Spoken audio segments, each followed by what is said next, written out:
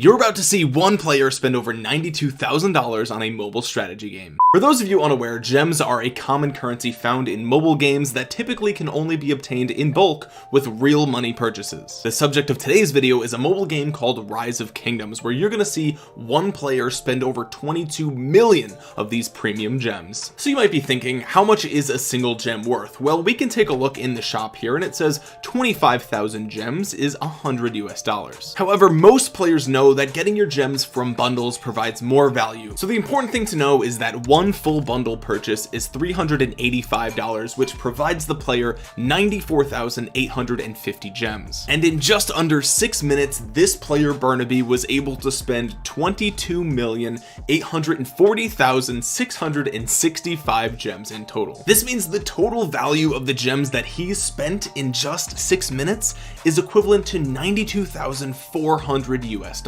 Now later we're going to talk about whether or not this should even be allowed in gaming, period, but for now let's focus on what exactly this player is doing. And if you pay attention closely, you'll see that he's spending these gems to create troops. You see, Rise of Kingdoms is a war game. It's a game where players fight against other players using their commanders and their troop power. So naturally, the more troops that you have, the more war you can wage. This player is instantly training some of the most powerful units in the entire game in batches of over 20,000. Normally training this many troops a single time would take about 15 days, but by spending gems, this player is able to get years worth of troops in just a couple of minutes. So when it's all said and done, all of these digital troops are worth over $92,000. And I keep saying that number, and I feel like most people just can't really get their head around how much that actually is. I mean, your average person makes what, $10, $15 an hour? When you throw around a number like 92,000 or $100,000, it's so much money that most people just don't really grasp what they can do with that. So let me put that in another way.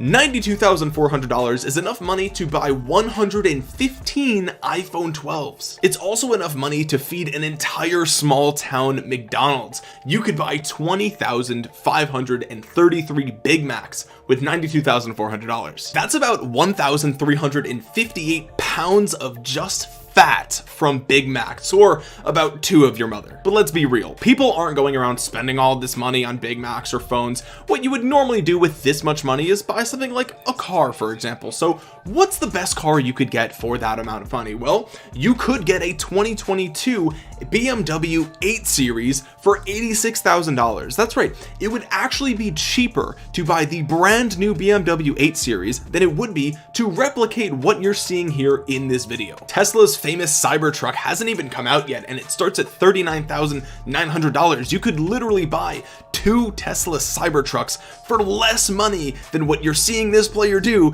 in just 6 minutes.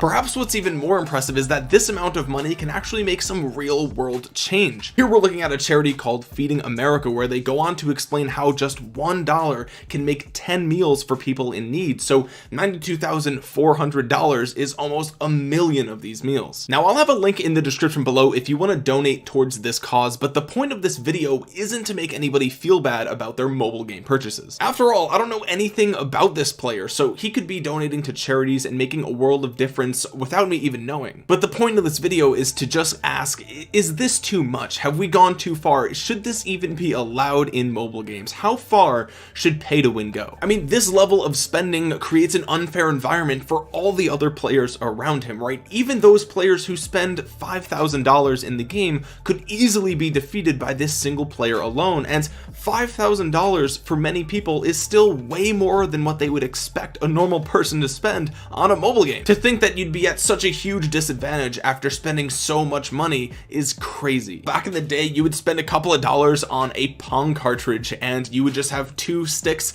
shooting a single pixel back and forth across your television. And now you have games like this on your phone where a single player's account can be worth over $1 million. It's crazy how fast the gaming landscape has changed, and again, this money could be spent doing better things. And if spending hundreds of thousands of dollars on a game game is possible, then it gives the developers an incentive to build their games around mechanics that favor that activity. A strategy game 15 years ago was just based on skill and game knowledge, but now for some games money is the biggest factor. But I can see the argument from the other side as well, right? This player isn't doing anything illegal. It's a free country. You could spend your money on literally whatever you want. So as long as he's well within the law, then who really cares, right? It's his money. If this is what the players enjoy, then let them decide how much money their entertainment is worth. Huge fans of these types of games will go as far as to say that he deserves to have a massive advantage because look how much money he's spending. Many players find that completely fair to use your own money to give you an advantage. Now, everybody who's seen my content before knows that I do spend money in Rise of Kingdoms, but I'd still rather games just not be like this. Personally, I'd rather see the guy at the top of the leaderboard be the person who spent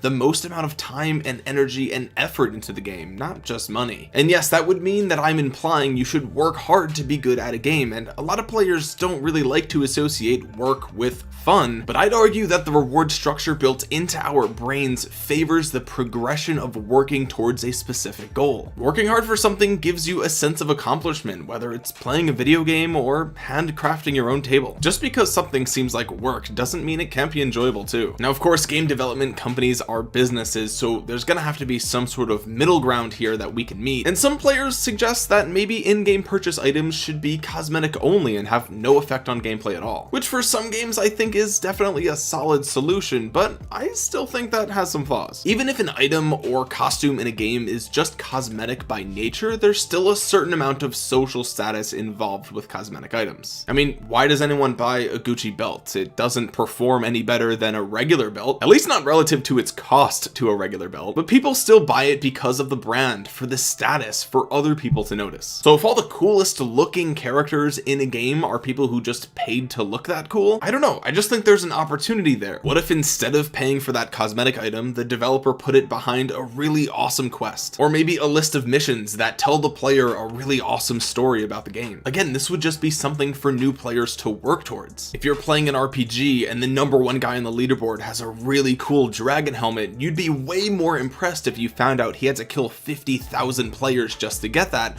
rather than him just spending $50. So again, cosmetic items are definitely better, but I still think there's some flaws. But gaming's been focused on microtransactions for a while now, so the real question is it too late to go back? I guess it really all comes down to perspective, but I would love to hear what you guys have to think in the comments section below. Do you think this outrageous level of spending should be at least limited to some extent in these mobile games? Hopefully if you guys made it all the way to the end of this video, you'll drop a thumbs up on it because it really does help out the channel a ton, and it helps get this video out into the YouTube algorithm. Of course, if you're new around here, make sure you subscribe to the channel and click that bell to be notified the next time that I upload a Rise of Kingdoms video. And huge shout out to this random subscriber. Guys, if you want this to be a brand new thing here on the channel where I shout one of you guys out every single video, make sure you drop a sub down below, and that's how I'll know that this is something that you guys want to see. As always, my social media links are in the description below, so make sure you follow me over there on Instagram, Twitter, Facebook, Discord. All that stuff is always down below, as well as a link to download Rise of Kingdoms for your PC. It's a program called BlueStacks, and it's my favorite way to play Rise of Kingdoms. Of course, if you're gonna spend $92,000, make sure you join my alliance first before doing so. But seriously, don't spend that much money. I'd rather see you donate it to Feeding America. Again, link down below. With that being said, guys, thank you so much for watching. This has been Omniarch. I will talk to you guys again soon.